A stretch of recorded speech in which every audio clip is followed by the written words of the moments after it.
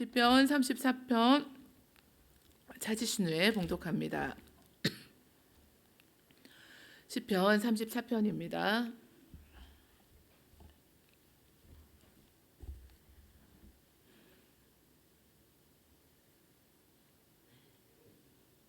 한 목소리로 봉독하겠습니다.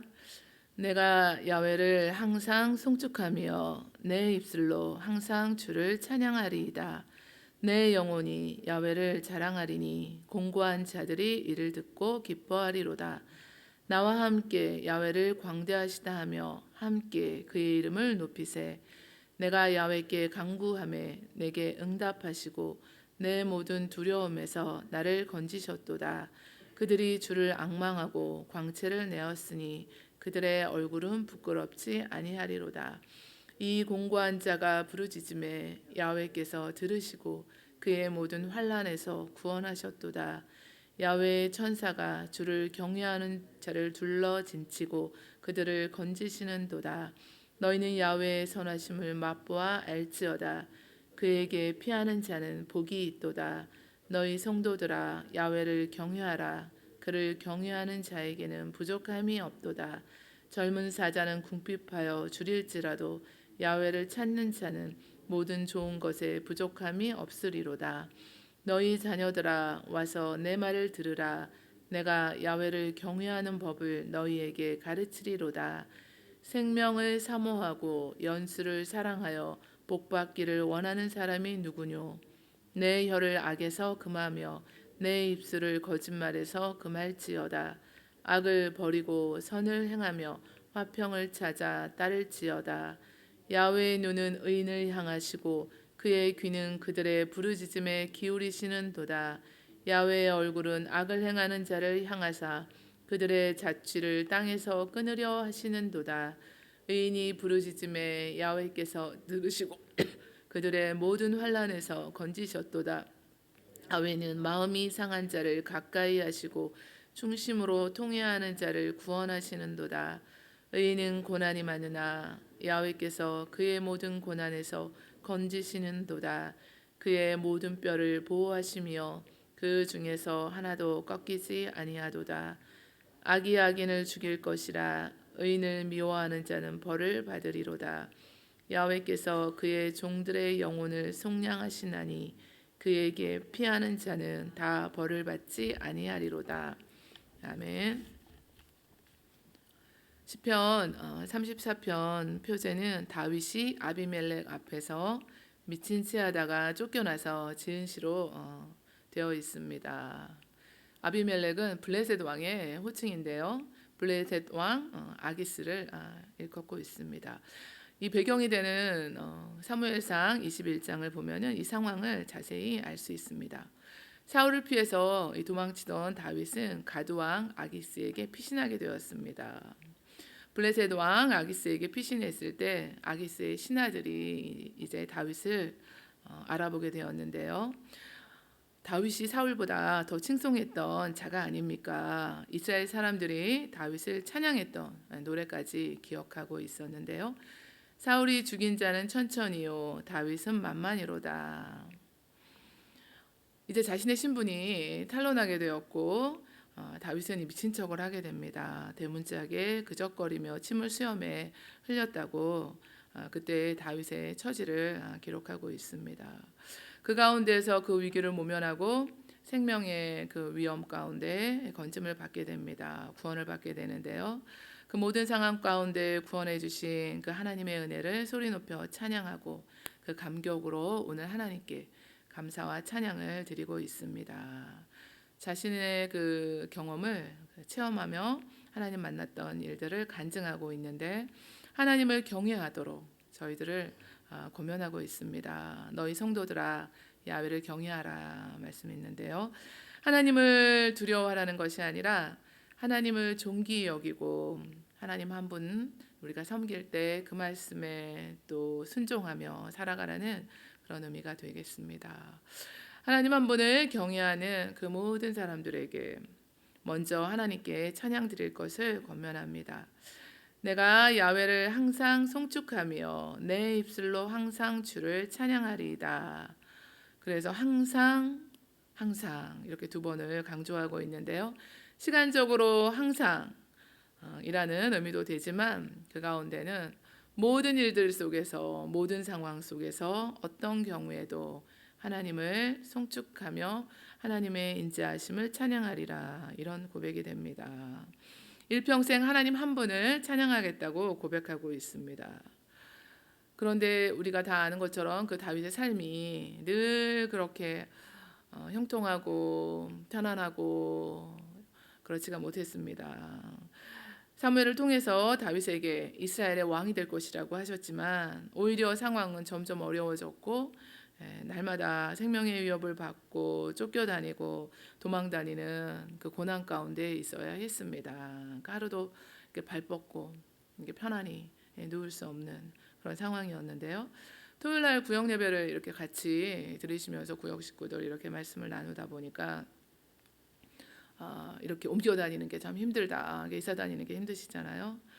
그러면서 제 말씀을 이렇게 생각해 봤는데 이렇게 어딘가에 이렇게 우리는 안주하고 싶고 편안하게 이렇게 있으면 그게 안정감이 있는데 늘 날마다 이렇게 옮겨 다니고 또 그것도 도망치며 늘 생명의 위협 가운데 있어 했던 그 다윗의 삶은 얼마나 힘들었겠는가 하고 또 잠깐 나눈 적이 있었습니다. 그러면서 소망이 주님이시다. 이제 우리가 주님을 바라보고 이 모든 상황 가운데도 나간다. 이제 그런 말씀을 나누고 은혜를 함께 나눴는데요. 그렇습니다. 우리가 하나님을 항상 송축하고 주의 이름을 찬양할 때는 그 모든 상황, 아무리 우리 상황이 힘들고 어렵다 할지라도 감사하며 영원히 하나님을 노래하고 또 하나님께 찬양을 드립니다. 내 영혼이 야훼를 자랑하리니 공고한 자들이 이를 듣고 기뻐하리로다. 나와 함께 야훼를 광대하시다 하며 함께 그의 이름을 높이세. 또 여기서는 함께 하고 또 함께를 강조하고 있습니다. 자신처럼 이처럼 살아가는 공고함 가운데 있는 그 모든 사람들, 그 모든 그 가운데 어려움 가운데 있는 그 모든 사람들이 한 분 하나님을 경외하고 그 모든 자들이 나와서 함께 하나님을 찬양하고 그의 이름을 함께 높이자고 지금 권면하고 있는데요. 그래서 우리 하나님은 찬양받기에 합당하신 분입니다. 교회에 이렇게 가끔 나오셔서 기도 받으시는 분들이 계시는데 자주 오셔서 기도 받으시는 우리 권사님도 계시는데 기도를 받으시고는 꼭 이제 지나온 그 날들에 주신 하나님의 은혜를 이렇게 간증을 하십니다. 하나님의 은혜를 간증하시고 돌아가시는데 꼭 하나님께 영광을 돌리시면서 이렇게 돌아가시는 것을 그 모습을 보게 됩니다. 하나님은 크고 위대하시고 광대하시고 우리 모든 인생길에서 우리의 모든 그 삶을 인도하고 계시는 좋으신 하나님이신 것을 찬양하고 그 이름을 높이는 것입니다. 그 찬양의 그 본질은 하나님의 이름을 높이고 크고 위대하신 그 하나님을 고백하고 하나님을 높여드리는 건데요. 이것이 성도로 살아가면서 우리가 해야 할 가장 귀하고 아름다운 일입니다. 이 백성은 내가 나를 위하여 지었나니 나를 찬송하게 하려 함이라 말씀해 주셨습니다. 그래서 아침에 이 새벽에 저희들도 먼저 찬양부터 드리잖아요. 찬양이 또 곡조 있는 기도가 되고 우리의 마음을 담아서 이렇게 하나님을 찬양하는 것입니다. 오늘 하루도 이렇게 하나님을 찬양하는 귀한 시간들을 가지시기를 원하고요. 또 내가 정말 하나님을 찬양하는 시간이 얼마나 있었는지 되돌아보시기를 원합니다. 왜 나는 찬양하는가? 그 이유를 하나님을 찬양하며 송축하는 이유를 또 말씀하고 있는데요. 우리 4절 이하에는 내가 야훼께 간구하매 내게 응답하셨다고 찬양의 이유를 지금 가지고 나와서 자신이 기뻐하며 찬양하는 이유를 다윗이 설명하고 있습니다. 그 위기 가운데 하나님께서 기도를 들으시고 그 간구를 들으시고 응답해 주셨다는 것입니다. 끝까지 어렵지만 힘들지만 그 모든 순간에 자신을 돌보시고 그 구원해 주신 신실하신 하나님이신 것을 간증하면서 하나님을 향해 감사와 찬양을 드리고 있습니다. 기도에 응답하신 하나님께 이처럼 감사와 찬양을 드리고 있는데요. 하나님 우리의 작은 신음도 들으신다고 하셨습니다. 그리고 응답하시는 하나님이신 것을 말씀해 주셨습니다. 하갈의 아들 이스마엘이 이삭을 놀리는 것을 사라가 보게 되었거든요. 아브라함에게 이제 자기가 불편한 마음을 말하게 되고 그 둘이 내쫓김을 당하게 됩니다. 하갈과 이스마엘이 광야에서 방황하다가 물이 떨어지고 이스마엘과 마주 앉아서 이제 바라보면서 소리내어 울었습니다. 하나님이 그 어린아이의 소리를 들으셨으므로 하나님의 사자가 하늘에서부터 하갈을 불러 이르시되 하갈아 무슨 일이냐 두려워하지 말라 하나님이 저기 있는 아이의 소리를 들으셨다라고 성경은 우리의 그 간구와 기도를 들으시는 하나님이신데 우리의 작은 신음소리조차도 들으시는 하나님이신 것을 그리고 응답하시는 하나님이신 것을 말씀해 주셨습니다. 이처럼 기도에 응답하신 하나님께 감사와 또 찬양을 드리고 있는데요. 저희들은 또 더 앞서서 우리의 기도에 응답하실 하나님께 우리가 먼저 나아가서 감사하면서 찬양을 드립니다. 아직 하나님께 기도 응답 받지 못하신다고 생각하시는 기도 제목들도 있으시잖아요. 그런데 우리 먼저 하나님께서 이처럼 기도 응답을 주실 것을 또 이미 저희들이 받은 것으로 믿고 먼저 기도 그 응답에 감사와 찬양을 드리면 정말 하나님의 마음이 기쁘실 것 같아요. 그처럼 하나님을 믿고 신뢰하는 그 마음을 또 하나님께서 보시고 기뻐하실 줄 믿습니다. 또 하나님께서 내 모든 두려움에서 나를 건지셨다라고 찬양드리고 있는데 이 다윗이 느끼던 두려움들을 우리가 짐작할 수 있습니다. 사울의 손을 피해서 블레셋 땅으로 이제 망명했지만 도망쳤는데 거기서 블레셋의 장수 골리앗을 죽인 자라는 것을 기억하는 사람들이 있었고 다윗은 이스라엘 모든 사람들이 두려워했던 블레셋의 장수 골리앗을 물리칠 만큼 또 담대하고 용감하고 겁이 없고 두려움이 없는 사람이었습니다. 두려움이란 그 말이 이 다윗에게는 어울리지 않을 것 같은 그 말인데요. 너는 칼과 단창으로 내게 나오지 마. 나는 만군의 야훼 이름으로 내가 모욕하는 이스라엘 군대 하나님의 이름으로 내게 나간다. 이렇게 하고 앞을 보고 그냥 직진했잖아요. 또 아버지 양을 칠 때는 사자와 곰이 나타나도 다가가서 그것을 내가 쳤다. 정말 담대한 그 다윗의 모습인데 이제 두려움이 그에게 임했습니다. 그래서 우리는 모두가 다 누구나 연약함이 찾아올 때가 있고 두려움이 찾아올 때가 있습니다. 다윗도 그랬는데요. 아기스 왕에게 죽임을 당할지 모른다는 그 두려움, 또 돌아가면은 이젠 사울 왕에게 죽임을 당할지 모른다는 그 두려움, 생명의 그 위협, 또 앞날에 대한 그 두려움이 다윗에게 엄습했던 것입니다. 그래서 가만히 보면은 그 두려워하는 일들이 아직 우리에게 일어나지도 않았는데 그 두려움 자체가 더 크게 우리를 이렇게 억누를 때가 있습니다. 하나님을 경외하는 다니엘과 세 친구들은 사자굴과 풀무불에 들어가는 그 상황 가운데서도 두려워하지 않았습니다. 몸은 죽여도 영혼은 능히 죽이지 못하는 자들을 두려워하지 말고 오직 몸과 영혼을 능히 지옥에 멸하시는 자를 두려워하라고 하신 주님의 말씀을 기억하시기를 원하는데요. 이 세상에 사는 동안에 그래서 두려움이 찾아올 때가 있다는 것을 우리가 인정하고 그것이 어려운 일이 아니라 그 두려운 일들을 만나게 되는데 그때 야훼 하나님을 한 분만을 경외함으로 하나님께 나아가 이처럼 찬양드리고 하나님께 나아가 이처럼 간구드리고 하나님의 말씀을 붙들고 우리가 살아갈 때 그 모든 두려움들을 극복하게 하시는 것입니다. 사면초가의 상황 가운데 또 이처럼 다윗처럼 설상가상의 이 상황 가운데 또 우리가 처해진 그 모든 상황 가운데 두려움이 찾아올 때 주님의 말씀 기억하시고 먼저 하나님 앞에 나아가시기를 원하고요. 하나님을 경외하는 삶이 어떤 삶인가 또 말씀을 주고 계시는데요. 너희 성도들아 야훼를 경외하라. 그를 경외하는 자에게 부족함이 없다. 젊은 사자는 궁핍하여 줄일지라도 야훼를 찾는 자는 모든 좋은 것에 부족함이 없다고 하셨습니다. 하나님을 경외하는 그 삶에는 하나님이 주시는 축복의 삶을 살아가게 된다는 것을 말씀해 주고 있습니다.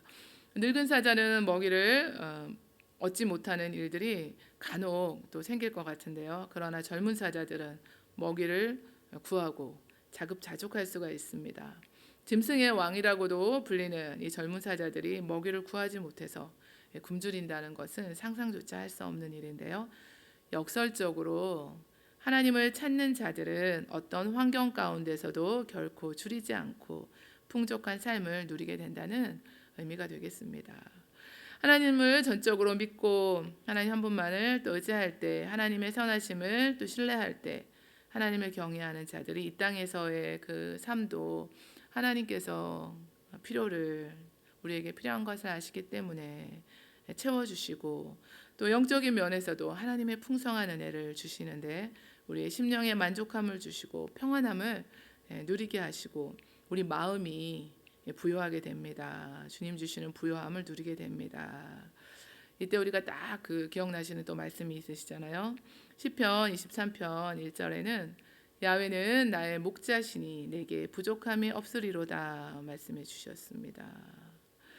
우리는 우리 자신만 부족함이 없는 것이 아니라 또 우리의 삶을 통해서 다른 사람도 부욕해 해주는 이런 풍요로운 삶을 살아가시기를 원합니다. 다윗은 백성들을 향해서 야훼를 경외하는 이런 선한 삶을 또 살고 하나님이 주시는 복을 누리라고 권면하고 있습니다. 생명을 사모하고 연수를 사랑하며 복받기를 원하는 사람이 누군가 다 저희들이 사모하는데요. 이런 복을 하나님의 복을 받기를 원하는데 복받을 수 있는 또 하나님을 경외하는 그 삶의 구체적인 모습을 말씀해 주시면서 언어 생활을 말씀해 주십니다. 내 혀를 악에서 금하고 내 입술을 거짓말에서 금할지어다. 모든 것에 앞서서 말하는 걸 절제해라. 혀를 악에서 금하고 입술을 거짓말에서 제하라 말씀해 주셨습니다. 입술의 범죄가 이처럼 큰 것입니다. 다른 모든 죄의 출발이 되기 때문인데요. 그래서 우리의 그 말을 지킨다는 것은 삶의 그 모든 면에서 아름답고 선한 삶을 살아갈 수 있기 위해서 정말 중요하고 시작이 됩니다. 가만히 하루 종일 하시는 말씀들 한번 자신의 말들을 우리가 무슨 말들을 하는가 한번 돌이켜 보세요. 생각해 보세요.